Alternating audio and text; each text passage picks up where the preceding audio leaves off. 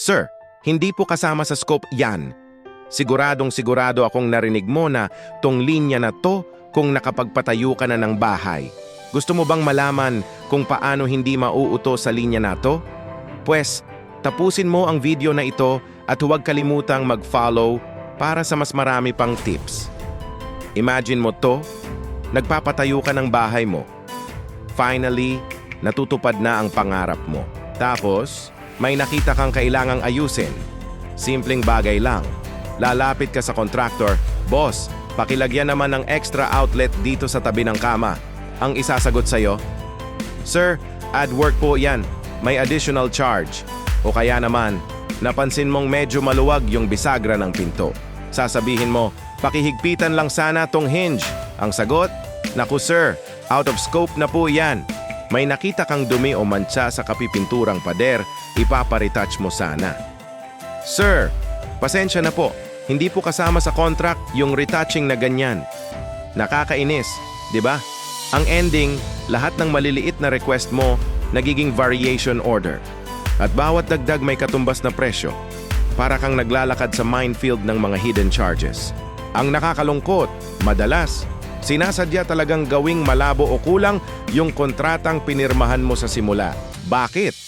Para mas madali silang makasingil ng extra sayo. Para kapag may gusot, sila ang laging panalo.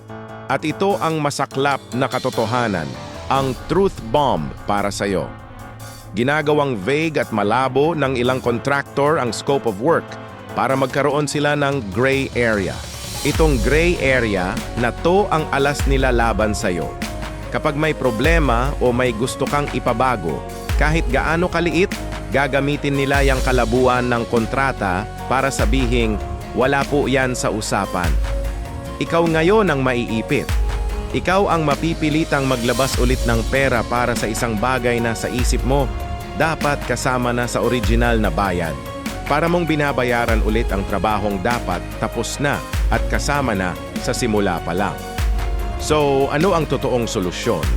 Paano mo poprotektahan ang sarili mo at ang budget mo? Simple lang pero kailangan ng sipag at tiyaga. Unang-una, bago ka pumirma ng kahit anong kontrata, i-review mo ng paulit-ulit ang scope of work. Dapat detalyado at itemized. Hindi pwedeng pagpinta ng buong bahay.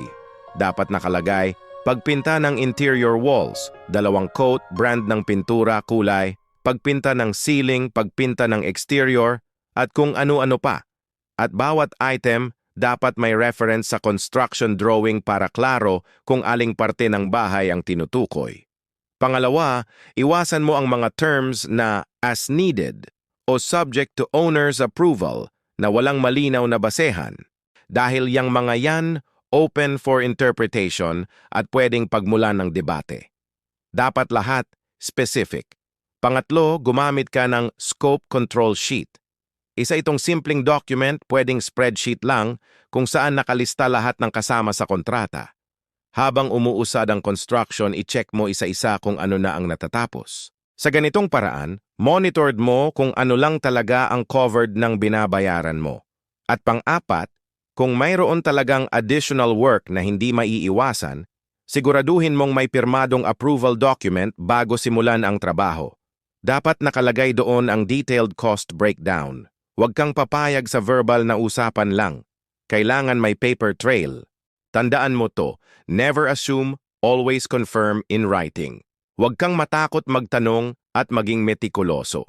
Pera mo ang nakataya dito at pangarap mong bahay ang pinag-uusapan. Tandaan mo palagi ang kasabihang ito sa construction. Ang linyang hindi po kasama sa scope ay paboritong sandata ng mga kontratang malabo. Gusto mo bang matuto kung paano gumawa ng kontratang hindi ka maloloko at kung paano i-manage ang project mo na parang professional? Follow mo na ang Build Smart Global. Dito, bibigyan ka namin ng mga kaalaman at tools para maging matalino kang home builder.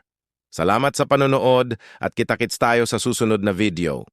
Huwag kalimutang i-like, i-share at mag-subscribe para updated ka palagi.